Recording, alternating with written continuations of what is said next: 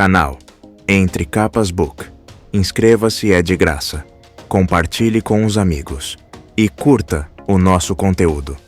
Fazendo isso, você muito nos ajuda.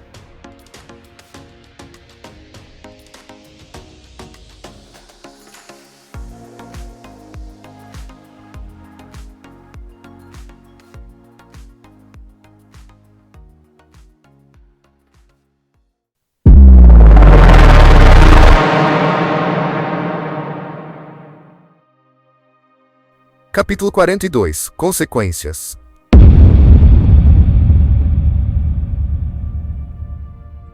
Cefandrius, portador da primeira gema, deveria saber que não pode simplesmente nos abordar, baseado na presunção de um relacionamento passado.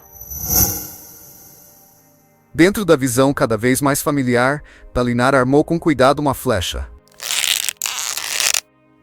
Então a disparou, enviando um míssil de penas negras às costas do selvagem. O guincho do homem se perdeu na cacofonia da batalha. À frente, homens lutavam desesperados enquanto eram empurrados para trás rumo à borda de um penhasco. Dalinar metodicamente armou uma segunda flecha, então a disparou. Essa flecha também acertou o alvo, se cravando no ombro de um homem, que deixou cair seu machado no meio do golpe, errando o jovem de pele escura deitado no chão. O garoto mal havia entrado na adolescência. Ainda tinha aquele ar desajeitado e membros que pareciam longos demais, um rosto demasiadamente redondo, muito infantil. Dalinar talvez deixasse o rapaz servir de mensageiro, mas não segurar uma lança. A idade do rapaz não o impedira de ser nomeado primeiro a cacique Yanagain I, soberano de Azir, imperador do Grande Macabaque. Dalinar estava empoleirado sobre algumas pedras, o arco na mão. Embora não pretendesse repetir o erro de quando deixara a Rainha Feng se virar sozinha em uma visão, também não queria que Yanagain passasse por ela sem desafio ou tensão. Havia um motivo para o Todo-Poderoso ter frequentemente deixado Dalinar em perigo nas visões. Ele precisava de uma compreensão visceral do que estava em jogo. Abateu outro inimigo que se aproximou do garoto.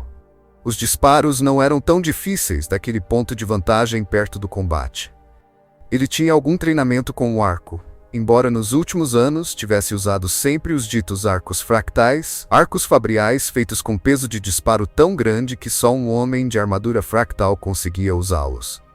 Era estranho experimentar aquela batalha pela terceira vez. Ainda que cada repetição fosse ligeiramente diferente, havia certos detalhes familiares. Os odores de fumaça e de sangue inumano e embolorado. A maneira como o homem abaixo caía depois de perder um braço, gritando algo que era metade oração e metade praga ao Todo-Poderoso. Com as flechas certeiras de Dalinar, o bando de defensores sobreviveu contra o inimigo, até que aquele radiante escalou a borda do penhasco, brilhando na armadura fractal. O imperador Yanagain sentou-se enquanto os outros soldados se reuniam ao redor do radiante e rechaçavam o inimigo. Dalinar baixou o arco, lendo o terror na figura trêmula do jovem. Já ouvira homens falando sobre os tremores que os dominavam ao fim de uma luta. Quando o horror da situação os alcançava, o imperador finalmente se levantou, cambaleante, usando a lança como um cajado. Ele não notou Dalinar, nem mesmo questionou por que alguns dos corpos ao redor apresentavam flechas. O garoto não era um soldado, embora Dalinar não houvesse esperado que fosse. Na sua experiência, generais azistianos eram pragmáticos demais para querer o trono. Isso envolvia muita bajulação de burocratas e muitos ensaios ditados. O jovem começou a seguir um caminho penhasco abaixo, e Dalinar o seguiu.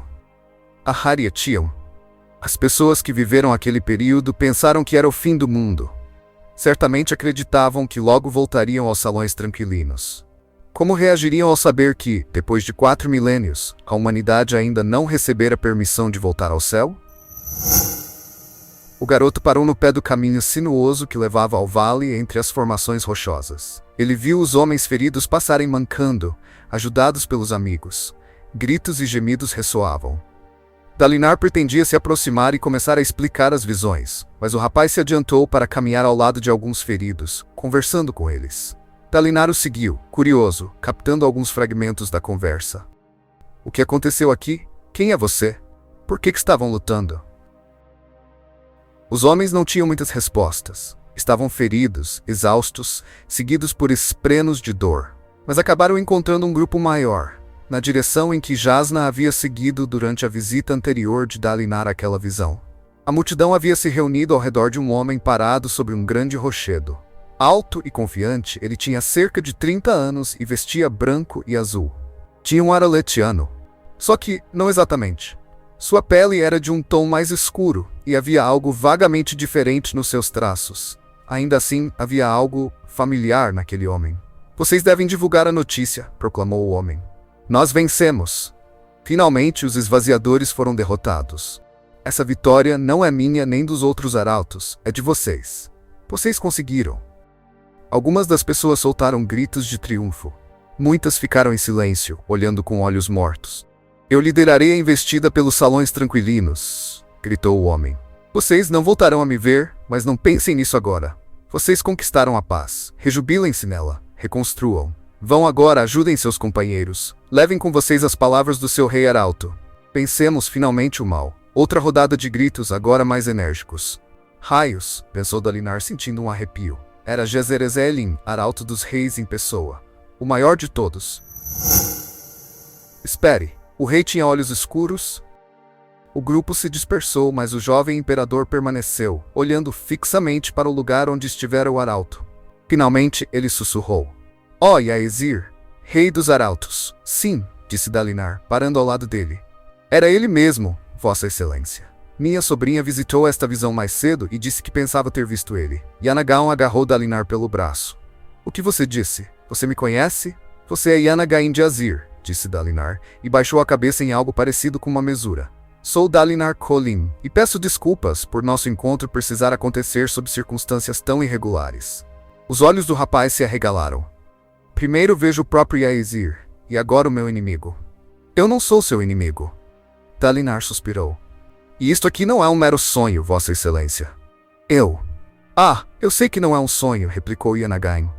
Como sou um primeiro que foi conduzido miraculosamente ao trono, os arautos podem decidir falar através de mim. Ele olhou ao redor. Esse dia que estamos vivendo é o dia de glória. Arariecham, disse Dalinar. Sim. Por que eles colocaram você aqui? O que isso significa? Eles não me colocaram aqui, explicou Dalinar. Vossa Excelência, eu instiguei esta visão, eu trouxe até aqui. Cético, o garoto cruzou os braços. Ele usava a saia de couro fornecida pela visão. Deixara a lança com ponta de bronze encostada contra uma pedra ali perto. Disseram ao senhor que sou considerado louco? Perguntou Dalinar. Há rumores. Bem, essa era minha loucura. Eu sofria visões durante as tormentas. Venha. Veja. Ele conduziu Yanagain a um ponto com vista melhor do grande campo dos mortos, que se espalhava a partir da boca do desfiladeiro. Yanagain o seguiu, então seu rosto ficou cinzento diante da visão. Por fim, ele desceu até o campo de batalha maior, movendo-se entre os cadáveres, os gemidos e os xingamentos. Dalinar caminhou ao lado dele. Tantos olhos mortos, tantos rostos retorcidos pela dor. Olhos claros e olhos escuros. Pele pálida como a dos chinos e de alguns papaguampas. Pele escura como a dos macabaquianos. Muitos que poderiam ter sido aletianos, vedenos ou erdasianos. Havia outras coisas, naturalmente. As gigantescas figuras de pedra quebrada. Parchimanos usando a forma bélica, com armadura de quitina e sangue alaranjado. Em um ponto por onde passaram, havia um monturo de estranhos caranguejos queimados e fumegantes. Quem teria se dado ao trabalho de empilhar 1000 pequenos crustáceos? Nós lutamos juntos, disse Yanagain. De que outra maneira poderíamos ter resistido? Disse Dalinar. Lutar sozinho contra a desolação seria loucura. Yanagain olhou de soslaio. Você queria falar comigo sem os vizires. Você me queria sozinho. E você pode só me mostrar qualquer coisa que fortaleça seu argumento. Se você aceita que tenho o poder de lhe mostrar essas visões, não acha que só isso seria um sinal de que deveria me escutar? Devolveu Dalinar. Os aletianos são perigosos. Você sabe o que aconteceu da última vez que os aletianos estiveram em Azir? O reinado do Criador de Sóis foi há muito tempo. Os vizires conversaram comigo, insistiu Yanagain. Eles me contaram tudo o que aconteceu.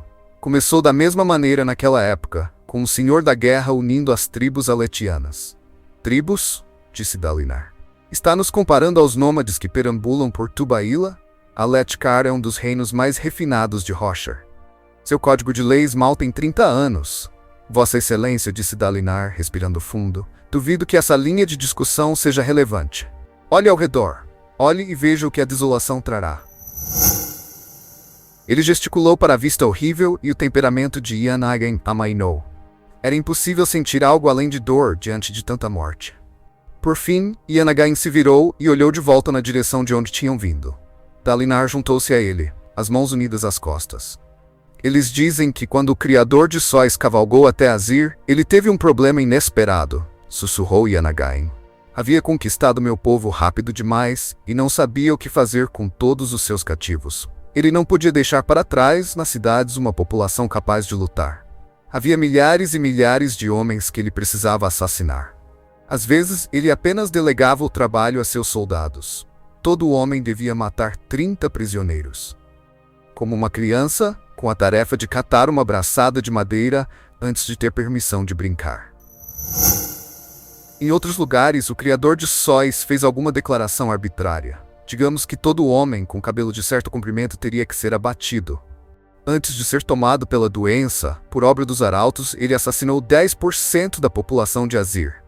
Dizem que Zamfix ficou coberta de ossos, soprados pelas grandes tormentas em pilhas tão altas quanto os edifícios. Eu não sou meu ancestral, disse Dalinar em voz baixa. Você o reverencia. Os aletianos praticamente veneram Sadés. Você carrega a tormentosa espada fractal dele. Eu me desfiz dela. Eles pararam nos limites do campo de batalha. O imperador tinha determinação, mas não tinha porte. Caminhava com os ombros caídos e suas mãos ficavam procurando bolsos que suas roupas antiquadas não possuíam. Ele era de baixa estirpe, muito embora em Azir não se reverenciasse apropriadamente a cor dos olhos. Navani dissera que era porque não havia gente o bastante em Azir com olhos claros. O próprio Criador de Sóis usara esse argumento para justificar sua conquista. Eu não sou meu ancestral, repetiu Dalinar, mas tenho muito em comum com ele. Uma juventude de brutalidade, uma vida em meio à guerra. Eu tenho uma vantagem que ele não teve.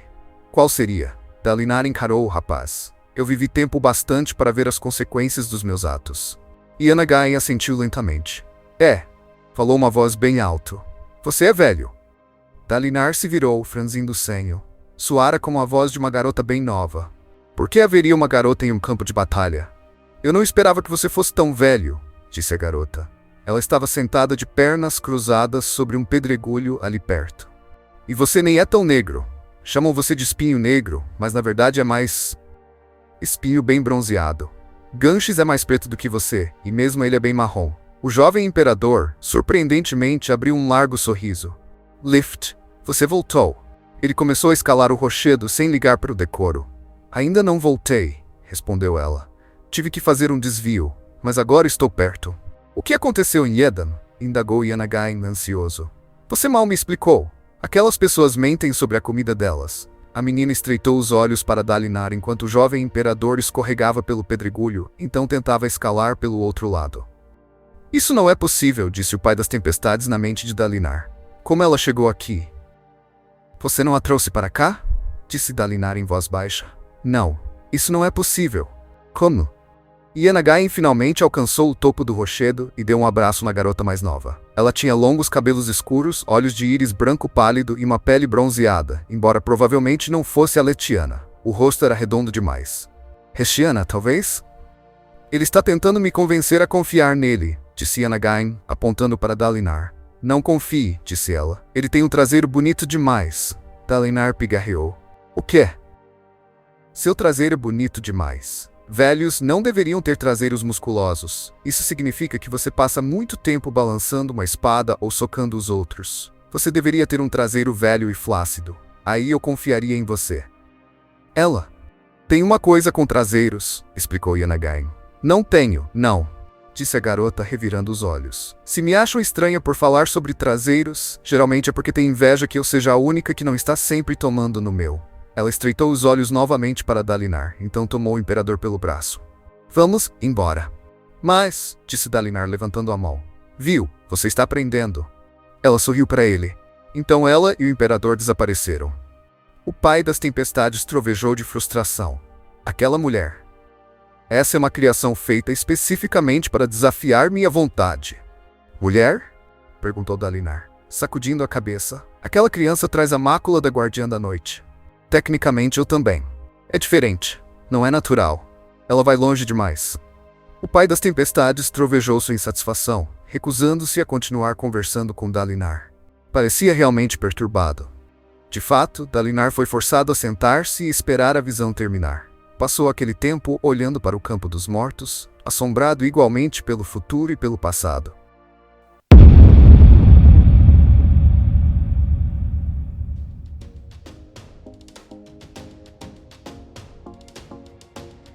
Canal Entre Capas Book. Inscreva-se, é de graça. Compartilhe com os amigos. E curta o nosso conteúdo. Fazendo isso, você muito nos ajuda.